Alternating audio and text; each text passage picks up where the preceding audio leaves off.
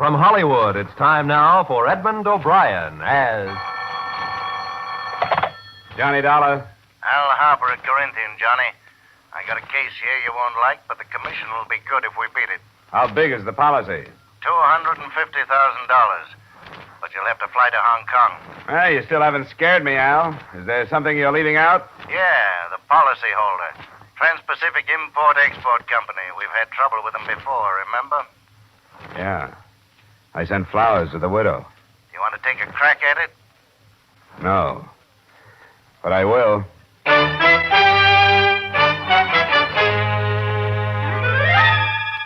Edmund O'Brien in another transcribed adventure, the man with the action-packed expense account. America's fabulous freelance insurance investigator. Yours truly, Johnny Dollar.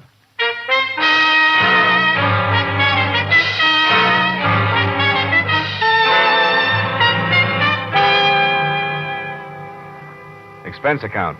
Submitted by Special Investigator Johnny Dollar to Home Office, Corinthian Liability and Risk, Hartford, Connecticut.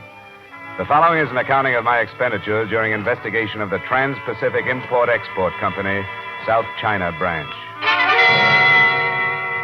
Expense account item 1, $1,200, fare and incidental expenses between Hartford and Hong Kong.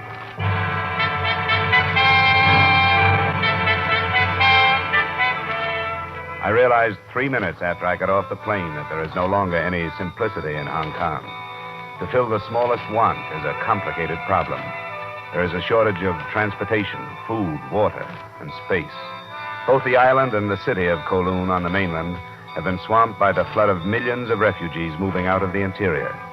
I fought my way through the jammed streets and to the offices of the American consul. Oh, yes, it's true. Life is very difficult here. Where are they all going? Many of them don't know. Where is there for them to go?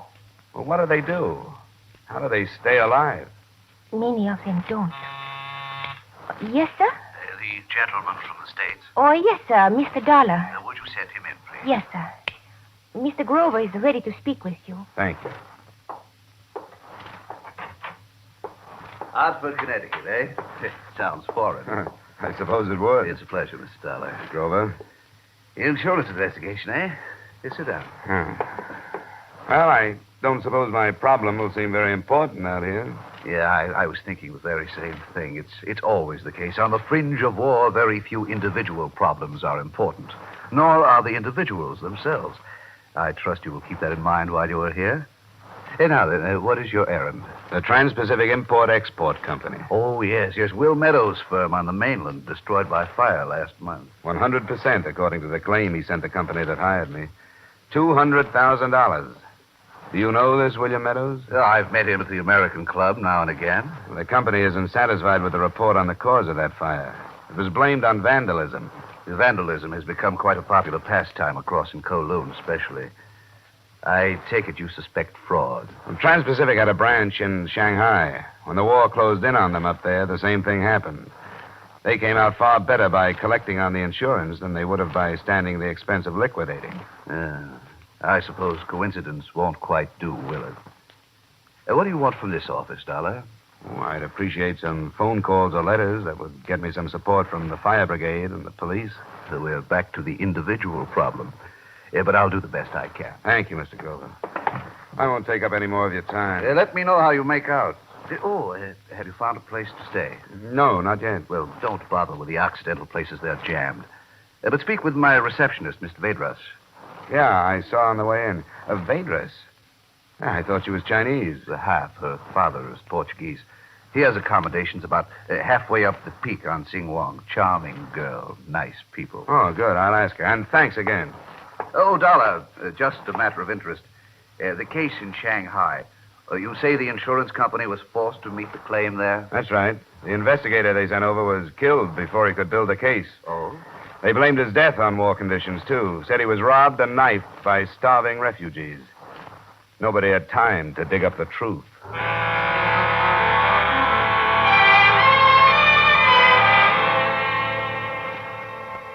Singwong is a street of steps that climb from the waterfront to the plush European residences on top of Victoria Peak.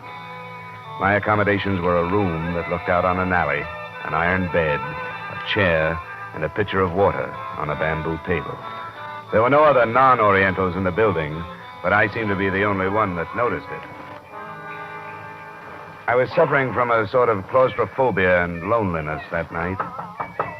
And at first, I was glad to learn it was she who knocked at my door. Came to see if you were comfortable. Oh, thank you. I am. Oh, this is fine.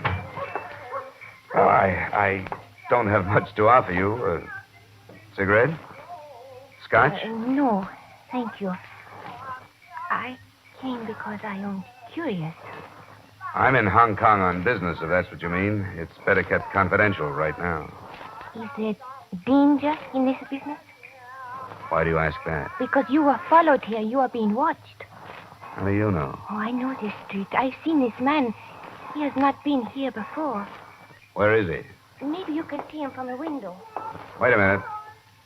You tell me where he is. I'll look. Shop on the other side. There are boxes piled near the door. Yeah. Well, thanks for telling me about him. Do you know who he is? No, I didn't think anybody knew I was in town.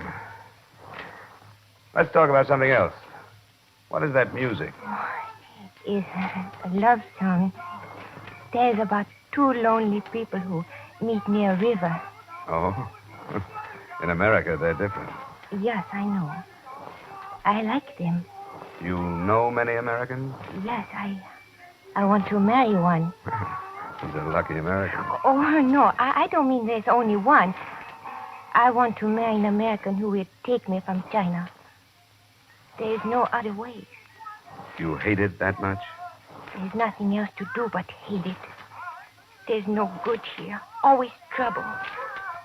Chinese are very patient people. But I am not all Chinese.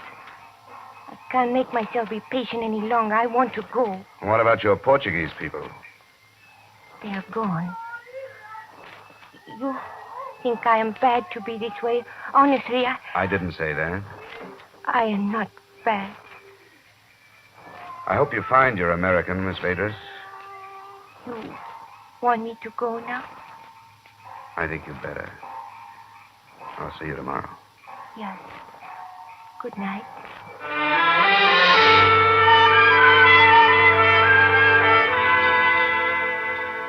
Three things interfered with sleep that night. The watcher who was still at a station across the street when I turned out my light, the pleading in the eyes of the girl, and the smells and sounds that drifted into me from the restless, crowded city. It was 4 a.m. before I dropped off. And at 10, I was walking up the gravel drive that led to the residence of Mr. William Meadow. The watcher had changed, but I was still being followed.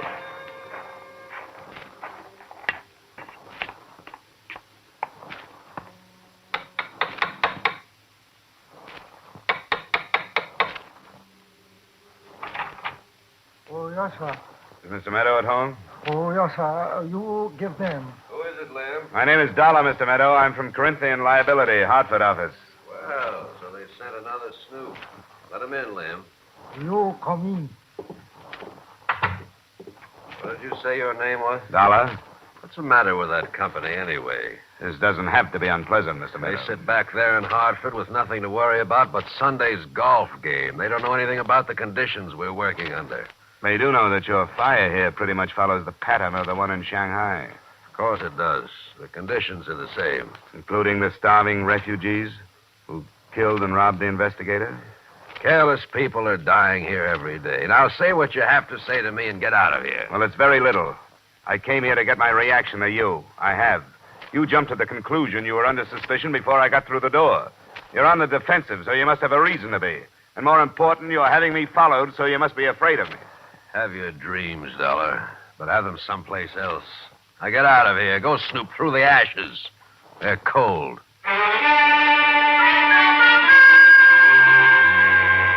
Expense account item 2, approximately $4 American taxi and rickshaw fares. Legwork is strenuous enough in a familiar city. In Hong Kong, it took me the whole afternoon to locate 3 people who had worked in the office of the Trans-Pacific Company.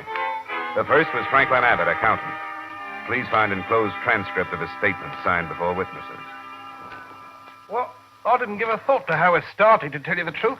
I just went to work one morning, and there it was. Ashes. Well, had they made any preparations for going out of business? No. How about the rest of the firms in that section? It was all closing.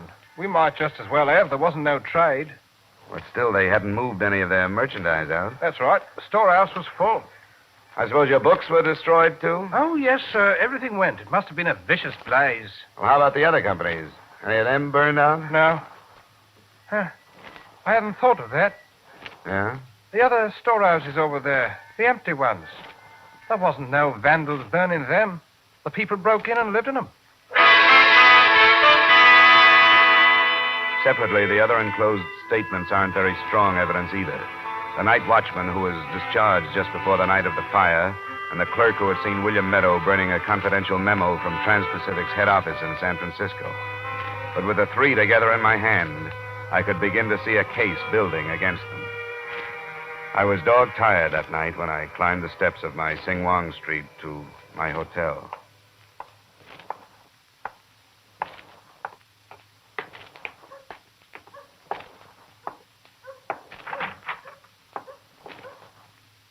What are you doing in here? Oh, nothing wrong. I came to wait for you. Why? Because I am curious. Because I thought of you today. I wondered where you were and what you thought because I was so bold last night. I've been busy. You didn't think? Yes, I thought.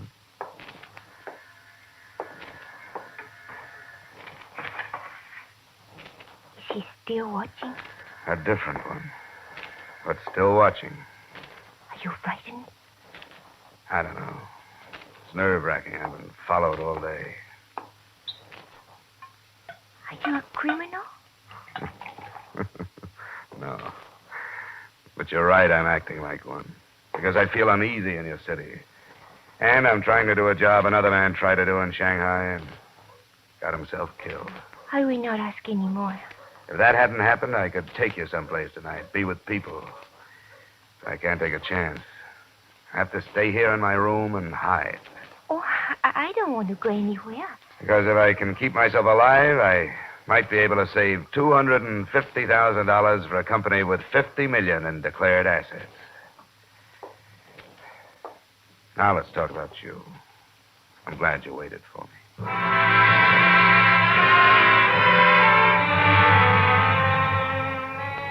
I think the toughest part of the case was the memory of the murder of that other insurance investigator in Shanghai.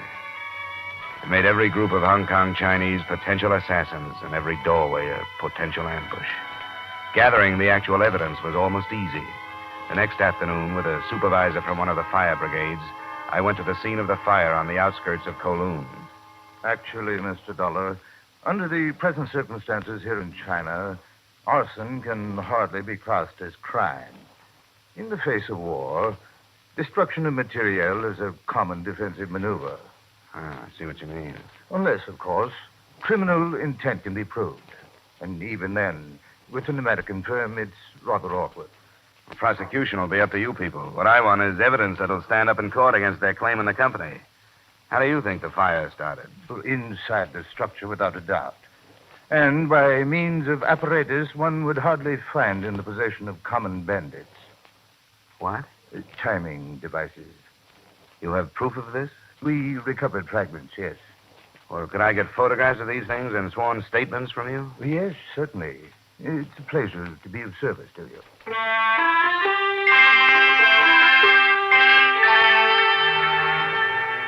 Expense account item 3, approximately $45 American. A case of scotch in lieu of payment for the photo lab and clerical work the supervisor and his men did for me.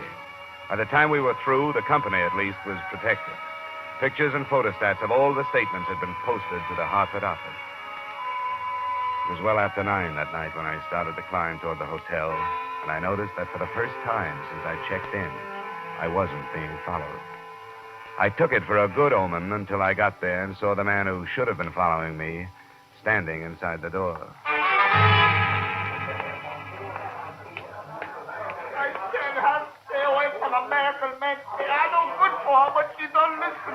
She go to him last night. She wait for him tonight. Quiet down, quiet down. There he is. Hey, there, quiet down, I said. What's this? What are you doing out in the open? Did you lose me? Constable Crane, Hong Kong police. There's been trouble here, Mr. Dollar. Police? What happened? His daughter's been killed. Shot. She's in your room.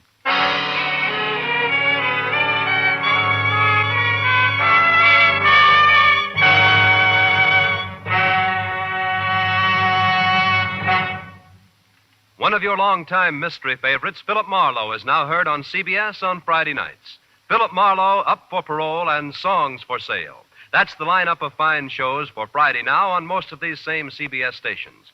Hear them this Friday, hear them every Friday on CBS. The Adventures of Philip Marlowe, Up for Parole, and Songs for Sale. Now with our star Edmund O'Brien, we return you to the second act of Yours Truly, Johnny Dollar.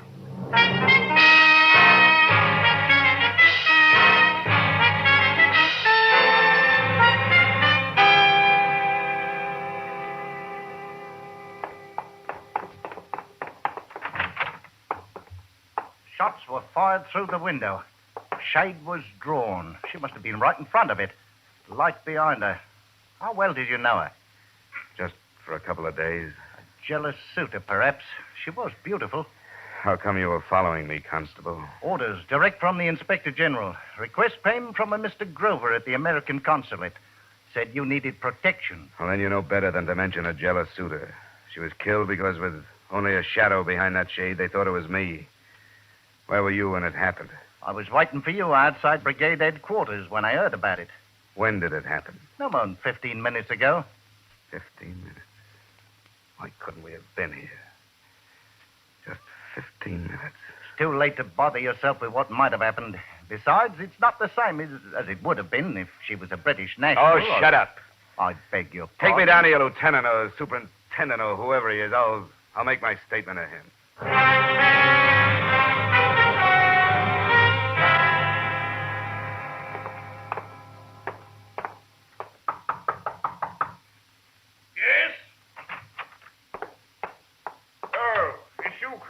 Good evening, sir. This is the American chap, Mr. Dollar. Oh, yes. Superintendent Clyde. Pleasure to meet you, sir. Thank you. I want to make a statement on the Vadrus shooting. Vadrus? I don't think it's got to you yet, sir. What with all of them these days? A Chinese girl. Father's half Portuguese. I see. You're in possession of information pertaining to this case, Mr. Dollar? Information? I know who's guilty. I'm not sure who fired the gun, but an American national named William Meadow is guilty. Now, don't stop me. She was killed in my room. She was killed because she was mistaken for me. I've been here 3 days collecting evidence of attempted insurance fraud against Meadow, and that's why she was killed, because they mistook her for me. He's got to be arrested tonight. Good Lord, sir. I can't place a man under arrest on the basis of a statement like that. Certainly not an American. I have proof of a motive. Here. The evidence of fraud is right there. Photographs, statements. Look at them. Beg your pardon, sir. It was a Chinese girl who was killed. By mistake. Rather difficult to prove, I'm afraid. She was in my room. My dear chap, do you have proof that this Meadow fellow knew where you lived, which room was yours? Oh, how do you prove things like that? Unfortunately, there are certain niceties of jurisprudence which we must respect. Right or wrong, sir, I'm convinced of your sincerity, and I appreciate it. That's good. Could you help me look up the phone number of Mr. Grover's home? I have to see him. Yes, Constable Crane will help you and see you safely there. This way, sir. Yeah. Mr. Dollar, your evidence. You've forgotten it. Well, if it's too weak to make you believe me, I don't need it anymore.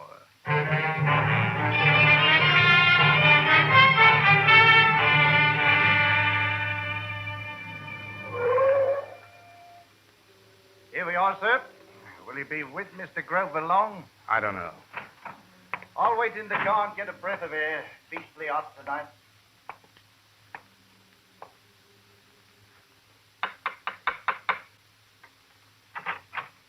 Oh, come in. Come in. It's dreadful news. You've heard, then? Yes. Terrible shock. Come in here. I'll pour you a brandy.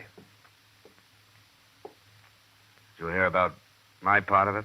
No, just the bad tales. Her father was hysterical. Oh, I tell you, Mr. Grover, this thing is driving me crazy. It's my fault she's dead. Here you are, my boy. We got to know each other pretty well during those 2 days. I don't know quite how it happened. This has been a bad job for the nerves with my mind on what happened to the man in Shanghai.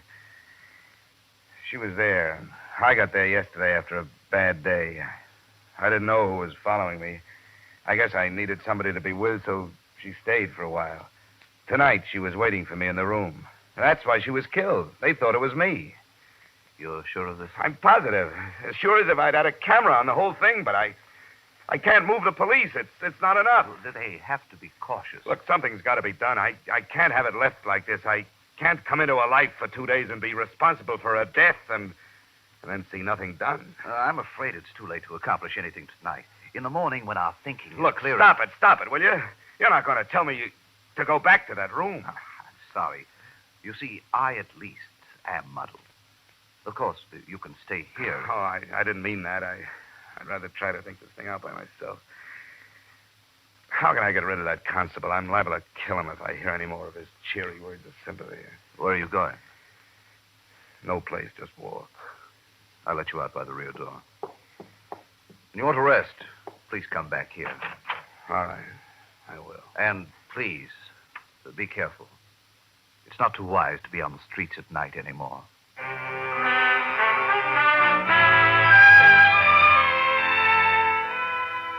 It's a picture I'll never walk out of my mind. The girl who had wanted to leave China, lying with her head on one arm, as though she were asleep. I don't think I knew I would when I left Grover, but I did go back to the hotel and into the room.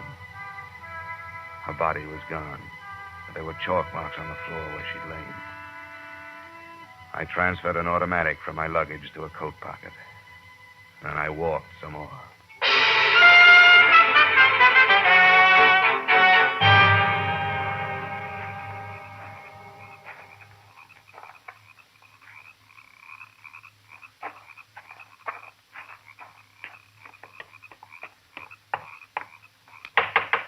Meadow?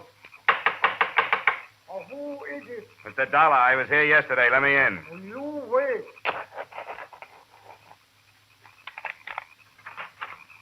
Oh, hello, Mr. Metro. He's not here.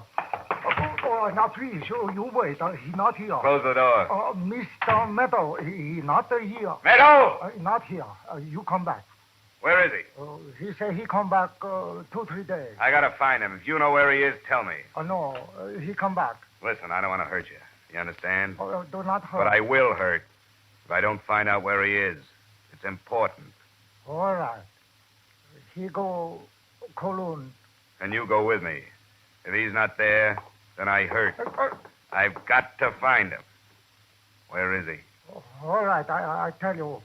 Repulse Bay. What? Repulse Bay. Repulse Bay. On the other side of the island. Where the big hotel is? Oh, yes.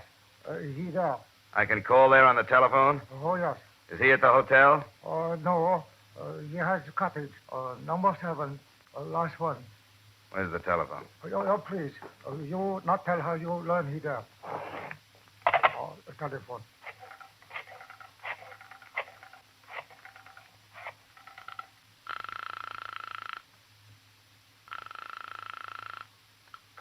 Hong Kong Police. I want to talk to the superintendent. Yes, sir.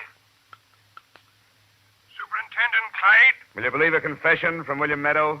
What? Who's this? Mr. Dollar? He's at Repulse Bay, Cottage 7. I'm going after him. If you want that confession, have some men there. Outside in an hour. And quiet until it's finished. Dollar!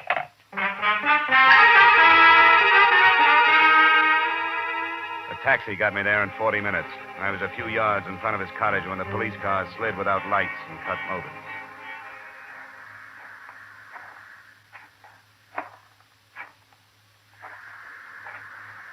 Meadow? Meadow! Who is it? It's Dollar. Who the devil are you? Dollar. Is that hard to believe? That was somebody else in the hotel room. I want you to go back into town with me. Will you come out or shall I come in?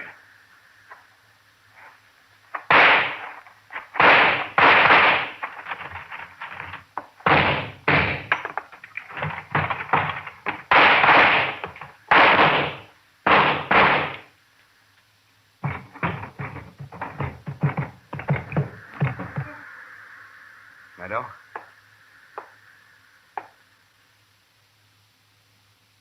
Meadow.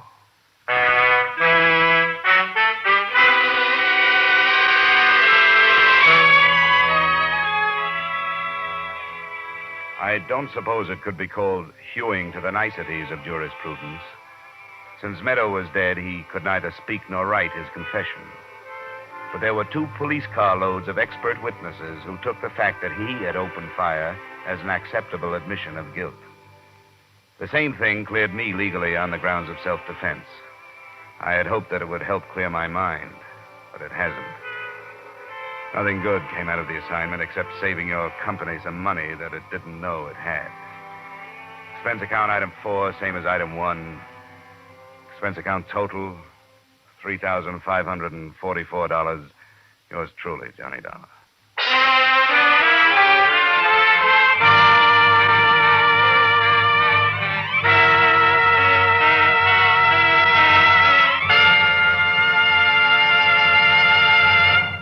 Yours truly, Johnny Dollar, stars Edmund O'Brien in the title role and is written by Gil Dowd and David Ellis, with music composed and conducted by Leith Stevens. Edmund O'Brien may currently be seen starring in the Columbia Pictures production 711 Ocean Drive. Featured in tonight's cast were Tudor Owen, Lillian Baeff, Hy Averback, Robert Griffin, Hal March, and Dan O'Herlihy. Yours truly, Johnny Dollar, is produced and directed by Jaime Del Valle.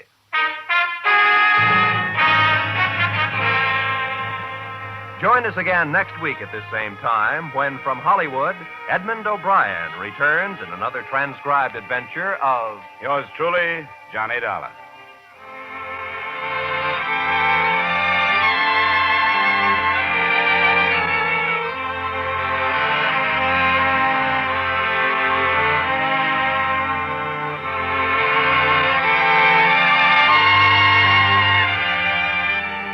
Every Thursday night, CBS brings you a top Hollywood star in a new radio play on the Hollywood Theater.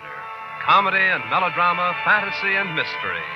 The dramatic fare on the Hollywood Theater is highly varied and always good entertainment. Stay tuned now for the Hollywood Theater, which follows over most of these same CBS stations.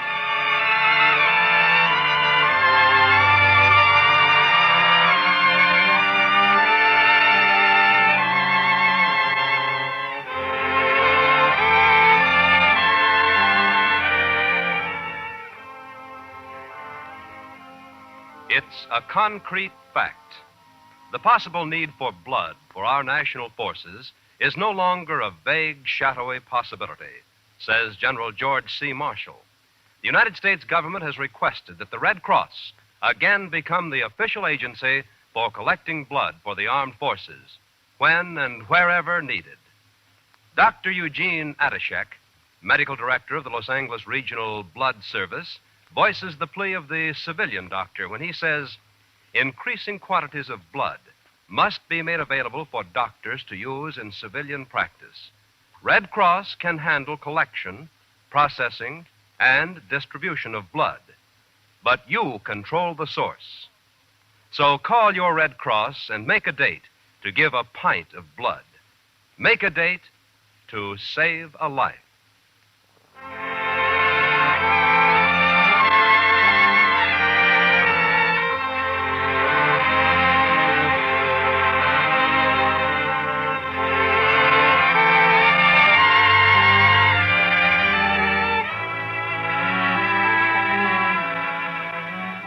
This is CBS, where Philip Marlowe takes the case every Friday night. The Columbia Broadcasting System.